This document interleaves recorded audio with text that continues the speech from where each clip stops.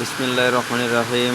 আসসালামু আলাইকুম। সবাই কেমন আছেন? আশা করি ভালো আছেন, আমিও ভালো আছি। এই যে এখানে দেখতেছেন একটা চৌবাচ্চা এবং বৃষ্টির মতো পানি পড়তেছে একটা পাইপ থেকে। এখানে পাবদা মাছ আর গুলশা মাছের ডিম ফোটানো হচ্ছে।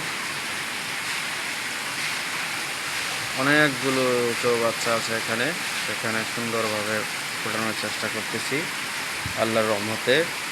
কয়েকদিন লাগবে এটা ফুটতে। খুব সুন্দর। দেশের মাছের চাহিদা মেটানোর জন্য সরকারি বেসরকারিভাবে এরকম উদ্যোগ নেওয়া হয়ে থাকে।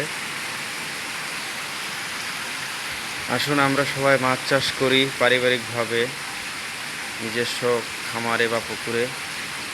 তাহলে দেশের মাছের চাহিদা মিটবে এবং বহির্বিশ্বে রপ্তানি করা যাবে।